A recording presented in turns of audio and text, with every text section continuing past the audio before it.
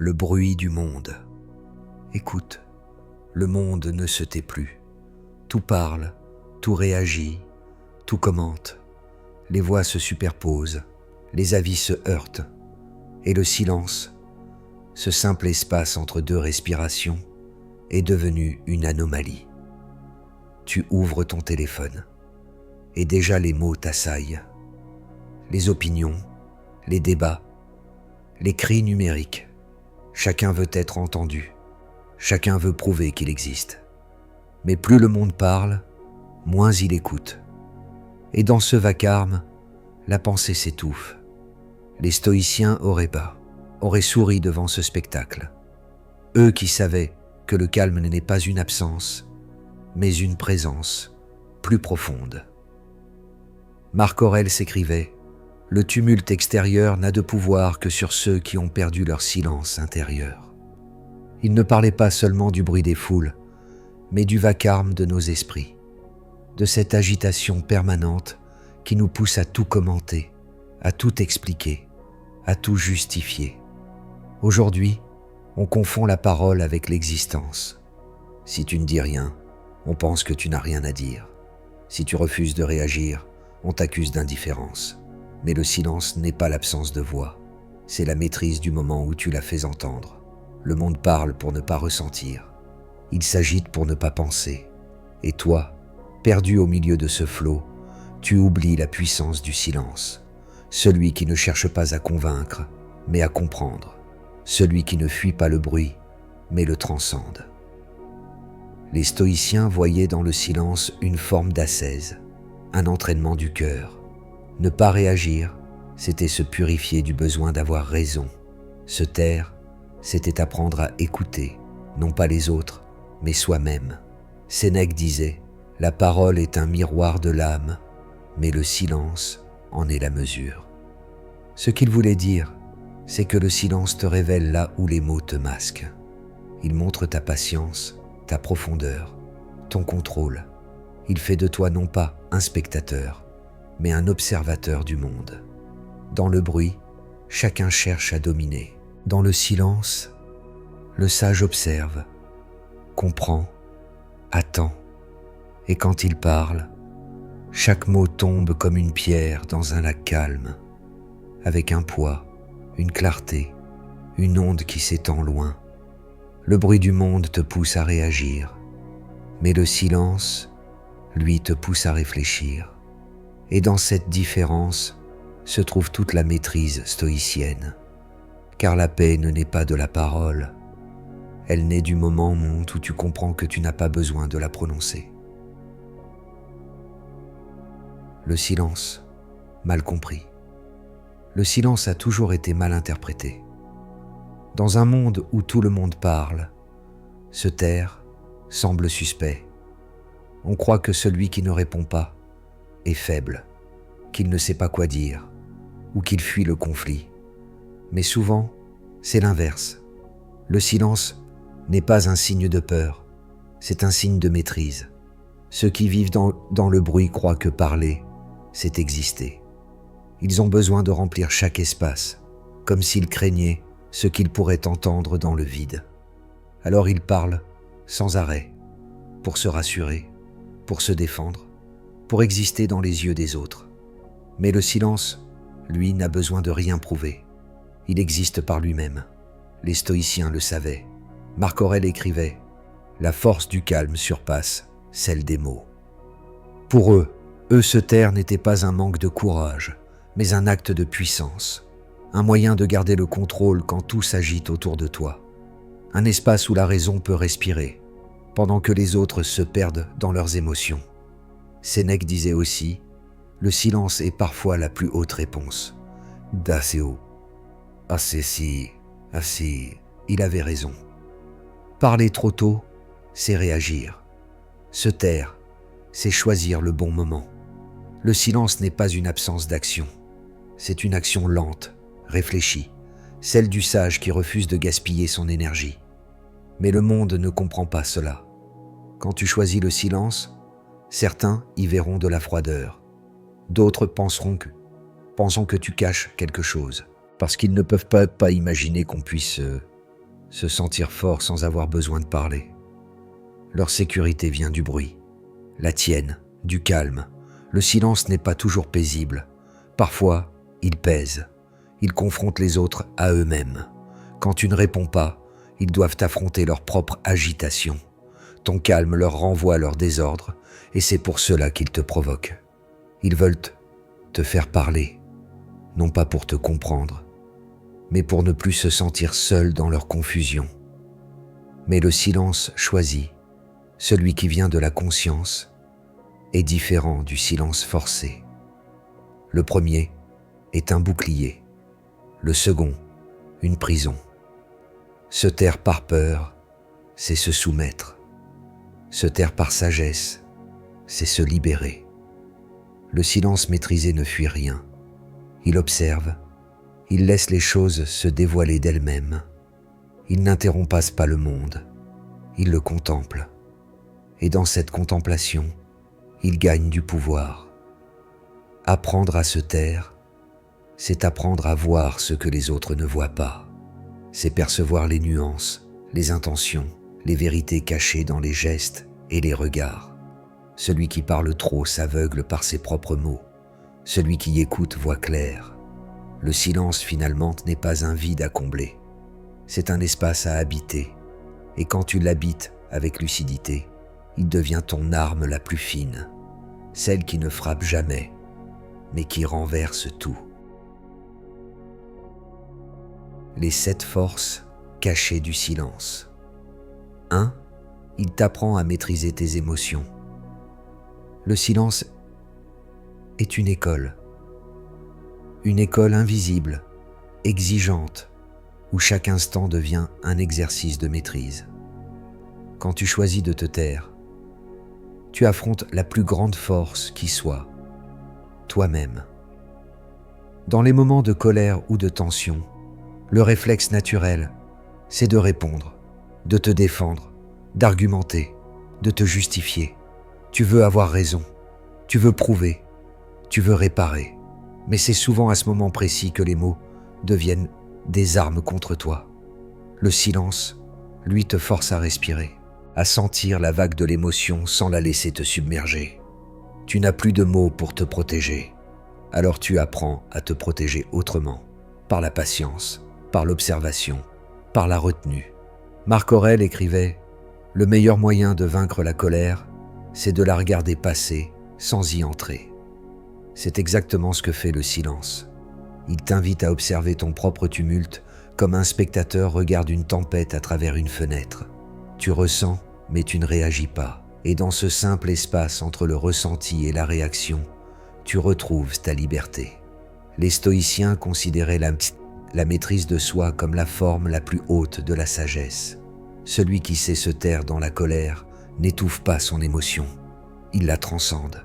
Il comprend qu'elle est passagère et que répondre sous son influence, c'est confier sa paix à quelque chose d'instable.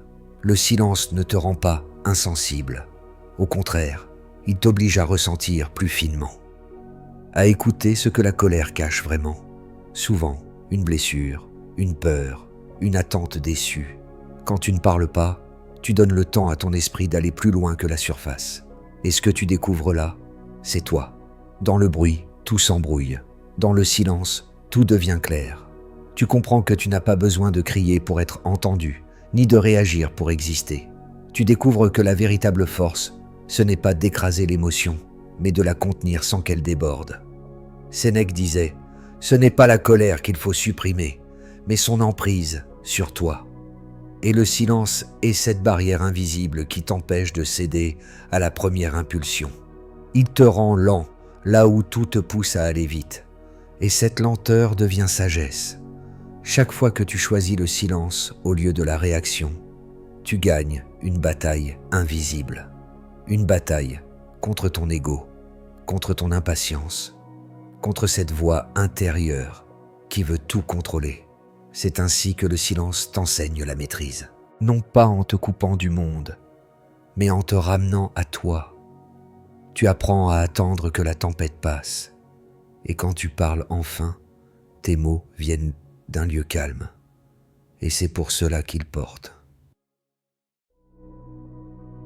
2. Il te protège du chaos des autres. Le monde est bruyant, pas seulement à cause des sons, mais à cause des émotions qu'il projette sur toi. La colère des uns, l'impatience des autres, les peurs, les plaintes, les opinions, tout cela t'enveloppe, t'atteint, t'entraîne, et sans t'en rendre compte, tu absorbes tout. Tu réagis à des humeurs qui ne t'appartiennent pas, tu réponds à des provocations inutiles, tu te défends de choses qu'on ne t'a même pas reprochées. C'est cela, le chaos des autres. Un courant d'énergie dispersée qui t'éloigne de ton centre si tu n'y prends pas garde. Le silence est ton bouclier contre ce désordre. Il te permet de ne pas tout absorber, de ne pas te perdre dans les émotions collectives. Quand tu te tais, tu refuses d'entrer dans le jeu. Tu n'alimentes pas la colère, tu n'entretiens pas la rumeur, tu laisses le bruit mourir de lui-même. Marc Aurèle disait « Ce qui trouble l'homme, ce ne sont pas les choses, mais l'opinion qu'il s'en fait. » Et souvent, l'opinion des autres devient ton fardeau. Tu crois devoir répondre, clarifier, corriger. Mais en réalité, chaque mot que tu ajoutes t'attache un peu plus à leur agitation. Le silence, lui, coupe ce lien. Il crée une distance, une frontière invisible entre toi et le tumulte extérieur.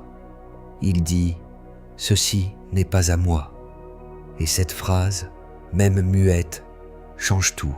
Les stoïciens considéraient que la paix intérieure n'est pas un don du monde, mais une discipline.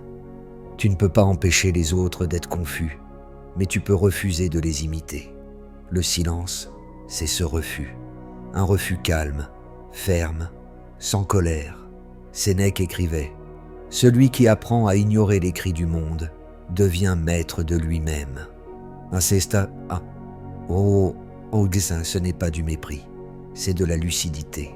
Tu comprends que réagir à tout, c'est te disperser dans tout. Et celui qui se disperse ne peut pas être libre.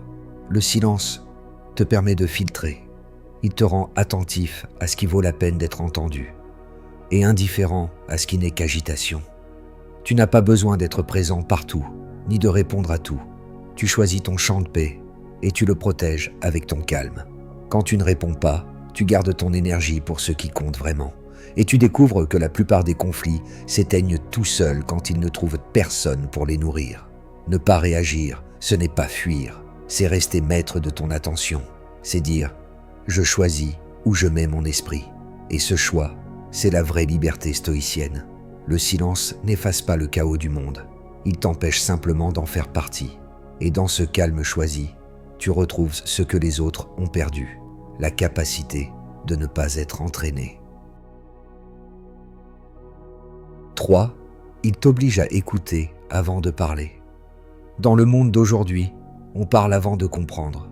On répond avant d'avoir entendu. On se défend avant même d'être attaqué. Et c'est ainsi que naissent les malentendus, les conflits, les blessures inutiles. Le silence, lui, t'enseigne une autre manière d'être. Il t'oblige à écouter vraiment, pas seulement les mots, mais aussi les intentions, les émotions, les silences de l'autre. Car souvent, ce qu'une personne dit n'est qu'une façade, un écho de sa propre peur, un cri qu'elle ne sait pas formuler autrement. Quand tu te tais, tu donnes de l'espace. Tu laisses les choses se révéler sans les interrompre. Tu découvres ce que la hâte empêche de voir, la nuance, la contradiction, le non-dit. Et c'est là que commence la véritable compréhension.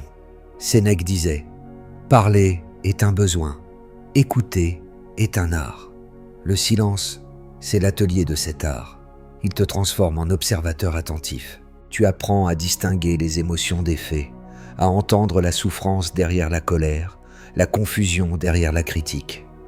Et en écoutant sans répondre trop vite, tu gagnes une sagesse rare, celle de ne pas alimenter le feu. Le silence n'est pas passivité, c'est préparation. Il te permet de choisir la bonne réponse au bon moment, plutôt que de réagir sous l'impulsion. Chaque seconde de silence que tu t'accordes est une seconde de recul. Et ce recul devient une force. Marc Aurèle écrivait « Avant de parler, interroge-toi. Ce que je vais dire est-il nécessaire, vrai, utile ?» Le silence te donne justement ce temps de vérification. Il t'évite de regretter tes mots et t'offre la possibilité de parler avec intention, plutôt qu'avec réflexe. Quand tu apprends à écouter, tu découvres que la plupart des conversations n'ont pas besoin de réponse, mais de présence. Les gens ne veulent pas toujours être corrigés, ils veulent être entendus. Et ton silence, s'il est attentif, vaut souvent 1000 discours. Les stoïciens voyaient dans l'écoute un exercice d'humilité. Se taire, c'est reconnaître qu'on n'a pas toujours raison, qu'on ne détient pas toute la vérité. C'est accepter que chaque être humain porte un fragment de sens que tu peux apprendre à percevoir. Mais écouter vraiment demande du courage, parce que le silence te confronte aussi à ce que tu ne veux pas entendre. Ta propre impatience, ton besoin d'avoir raison, ta peur du vide. Il te force à rester là, sans réagir, simplement à observer ce qui est. Et quand tu t'y habitues, tu comprends que parler est un luxe et qu'il ne faut pas le gaspiller. Chaque mot prononcé après un vrai silence a plus de poids, plus de portée, plus de vérité. Le silence te rend lent, mais cette lenteur est précieuse. Elle te permet d'éviter les erreurs et d'agir avec précision. Tu n'es plus dans le bruit de la réaction, mais dans la clarté de la réflexion. Celui qui écoute avant de parler n'est pas plus intelligent que les autres. Il est simplement plus libre, parce qu'il ne parle plus pour prouver, mais pour éclairer. Et cela, le monde l'entend, même sans bruit. 4. Il crée le mystère et impose le respect. Le silence a quelque chose d'intrigant. Il attire, il dérange, il questionne. Dans un monde où tout s'expose, celui qui se tait devient une énigme. Et cette énigme, naturellement, inspire le respect. Ce n'est pas une stratégie de manipulation, ni une pose de froideur. C'est une conséquence naturelle de la retenue. Quand tu ne dis pas tout, les autres apprennent à peser chacun de tes mots. Ton absence de réaction crée un espace où leur imagination travaille, où leur conscience résonne. Marc Aurèle disait « Le pouvoir de l'homme calme, c'est qu'il ne se dévoile jamais entièrement. » Et c'est vrai, le silence protège ton mystère. Il garde une part de toi hors d'atteinte, intouchable par les jugements, préservé des malentendus. Les gens respectent ce qu'ils ne peuvent pas contrôler. Et le silence échappe à tout contrôle. Il ne s'explique pas, il ne se justifie pas, il se contente d'exister. C'est pourquoi le silence dérange les esprits bruyants. Il leur résiste sans violence. Il leur oppose une forme de paix que leur agitation ne peut atteindre. Quand tu apprends à être silencieux, tu changes ta présence. Tu deviens plus solide, plus centré. Les autres sentent cette stabilité. Ils ne savent pas pourquoi, mais ils perçoivent qu'il y a chez toi une force tranquille, une assurance qui ne cherche pas à s'affirmer. Sénèque écrivait « Celui qui ne parle pas toujours gagne à être écouté quand il parle. » C'est cela, la magie du silence. Tes paroles deviennent rares et donc précieuses. Tu ne disperses plus ton autorité, tu la concentres. Le silence te donne aussi le contrôle du rythme. Tu n'es plus emporté par les conversations, par les provocations, par les attentes. Et c'est toi qui choisis quand et comment intervenir. Et ce contrôle inspire naturellement le respect, car il montre que tu n'agis pas par réflexe, mais par décision. Mais attention, le mystère n'est pas une barrière. Ce n'est pas une façon de dominer les autres, ni de te couper du monde. C'est une manière d'être vrai, sans tout dévoiler, de protéger ton intériorité dans un monde qui exige la transparence totale. Les stoïciens savaient que le calme n'est pas seulement une posture morale, c'est aussi une force sociale. Celui qui reste maître de ses mots reste maître de son image. Et celui qui reste maître de son image reste libre. Le silence crée le mystère. Mais ce mystère n'est pas du vide, c'est de la profondeur. Les autres y projettent ce qu'ils ne comprennent pas. Et c'est ainsi que naît le respect. Dans une époque où tout est visible, le vrai luxe, c'est de garder une part invisible, ne pas tout dire, ne pas tout montrer, ne pas tout expliquer, car la discrétion est une forme de puissance, et le silence, son plus beau langage. 5. Il rend tes mots rares et puissants. Le silence donne du poids à ce que tu dis, parce qu'il crée la rareté. Et dans un monde saturé de paroles, ce qui est si rare devient précieux. Quand tu parles moins, chaque mot que tu prononces attire l'attention. Les autres t'écoutent, non pas parce que tu parles fort, mais parce qu'ils savent que tu ne parles pas pour rien. Tu n'occupes pas l'espace, tu le maîtrises. Les stoïciens voyaient dans la parole une responsabilité. Sénèque disait « La parole est l'ombre de l'action ». Autrement dit, tes mots doivent suivre tes actes et non les précéder. Ils ne doivent pas être une promesse vide, mais le reflet de ta cohérence. Le silence, en ce sens, agit comme un filtre. Il t'apprend à trier, à peser, à choisir. Tu deviens plus attentif à ce que tu dis et à la raison pour laquelle tu le dis. Tu comprends que parler n'est pas neutre. Chaque mot construit ou détruit quelque chose. Quand tu apprends à parler peu, tu cesses de chercher à convaincre. Tu ne parles plus pour plaire, mais pour exprimer l'essentiel. Et c'est cette simplicité qui donne à tes paroles leur puissance. Marc Aurèle écrivait « Que tes mots soient droits, que ton âme les suive ». C'est la clé. Le silence t'oblige à être honnête, parce qu'il supprime tout ce qui est superflu. Il ne laisse passer que ce qui a du sens. Les gens qui parlent beaucoup se perdent souvent dans leur propre discours. Ils se contredisent, s'expliquent, se justifient. Mais celui qui sait se taire laisse la vérité parler pour lui. Ces mots sont rares, et parce qu'ils sont rares, ils frappent juste. Le silence ne fait pas que donner du poids à ta voix, il lui donne une âme. Il crée une résonance autour de toi. Les autres sentent que tu choisis tes mots, que tu ne parles pas à la légère. Ils t'écoutent d'office, ils te sentent différemment. Ils ressentent la présence derrière les phrases. Le silence te protège aussi du bavardage vide. Il t'épargne les conversations inutiles, les disputes sans fin, les échanges qui nourrissent l'ego mais épuisent l'esprit. Tu deviens sélectif, non par mépris, mais par respect pour ton temps et ton énergie. Et surtout, le silence te permet d'entendre ce que disent vraiment tes propres mots.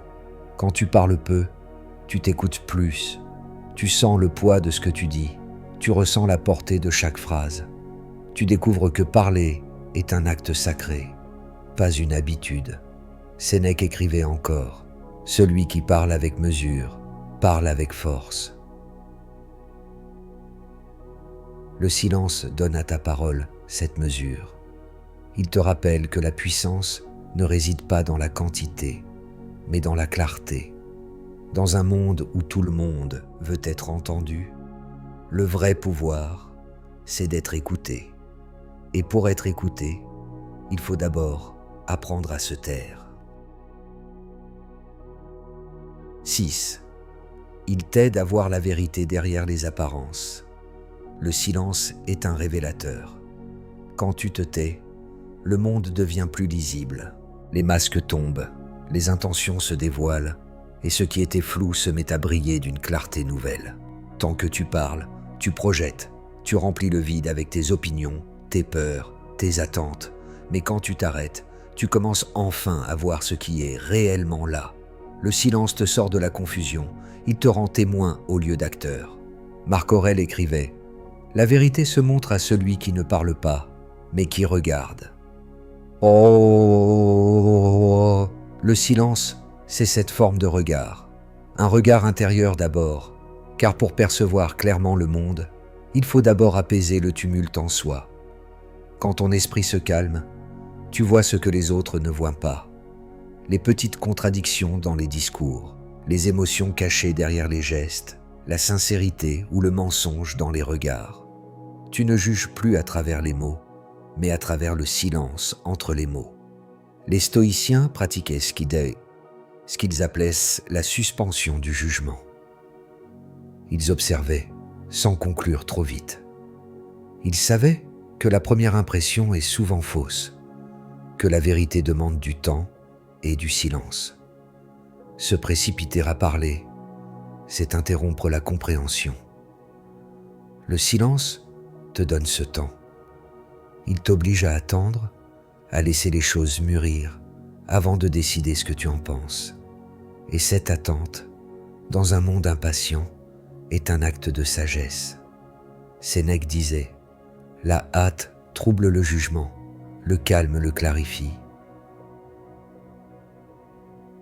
Le silence est ce calme appliqué à la pensée.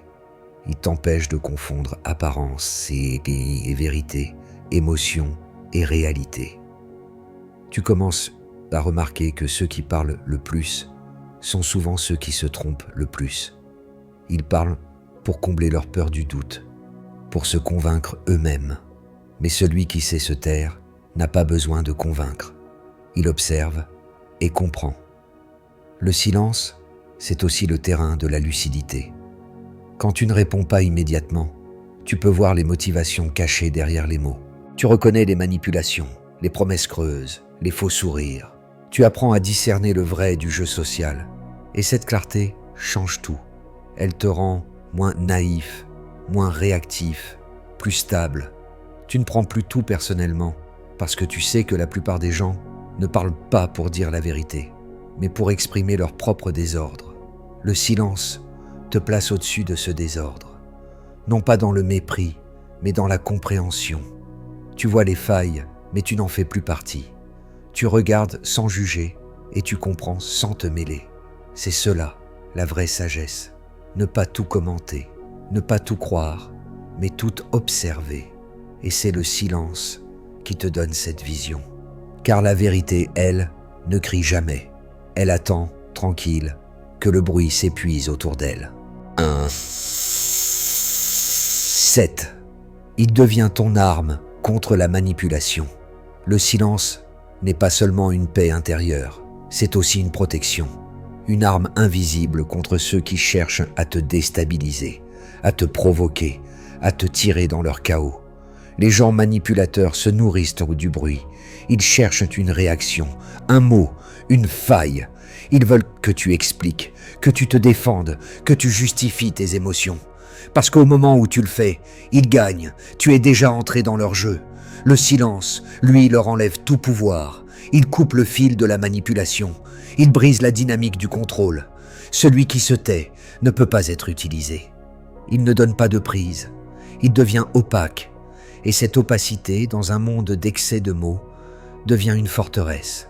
Marc Aurèle disait « Le meilleur moyen de vaincre une provocation est de n'y pas répondre. » Ce n'est pas de la lâcheté, c'est de la stratégie. Car la plupart des manipulations échouent sans d'elles-mêmes si elles ne rencontrent aucune résistance émotionnelle. Le silence n'est pas une fuite. C'est un refus clair, silencieux, ferme. Il dit « Tu ne contrôleras pas mon énergie. »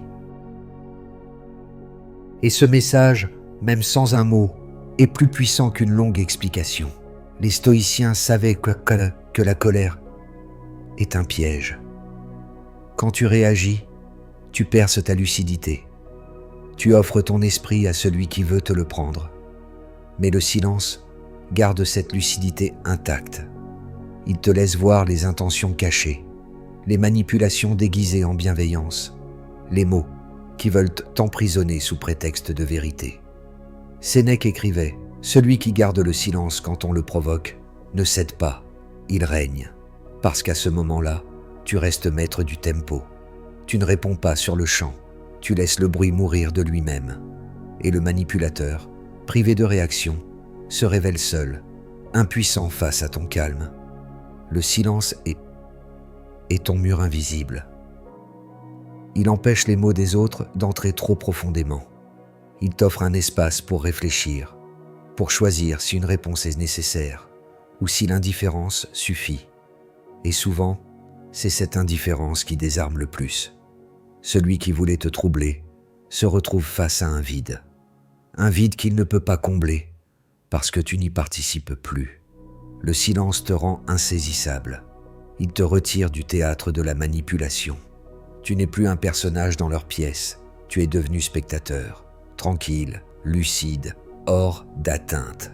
Les stoïciens appelaient cela la souveraineté intérieure. C'est le pouvoir suprême, celui de ne pas réagir selon les émotions des autres, mais selon ta propre raison. Alors quand quelqu'un cherche à t'énerver, à te tirer dans une dispute ou à t'enfermer dans ses mots, souviens-toi, ton silence est ton arme. Il ne frappe pas, mais il met fin à la bataille avant même qu'elle commence. Car celui qui n'a rien à prouver ne peut pas être manipulé. Et celui qui reste calme ne perd jamais. Le silence chez les stoïciens. Chez les stoïciens, le silence n'était pas seulement une attitude, mais une discipline, presque une forme d'entraînement spirituel.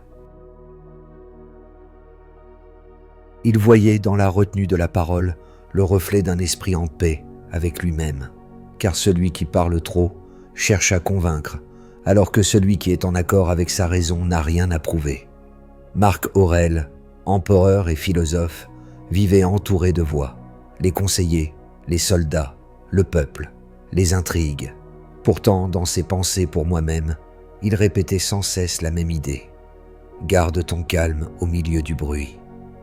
Pour lui, le silence n'était pas une fuite du monde, mais une manière d'y rester sans s'y perdre.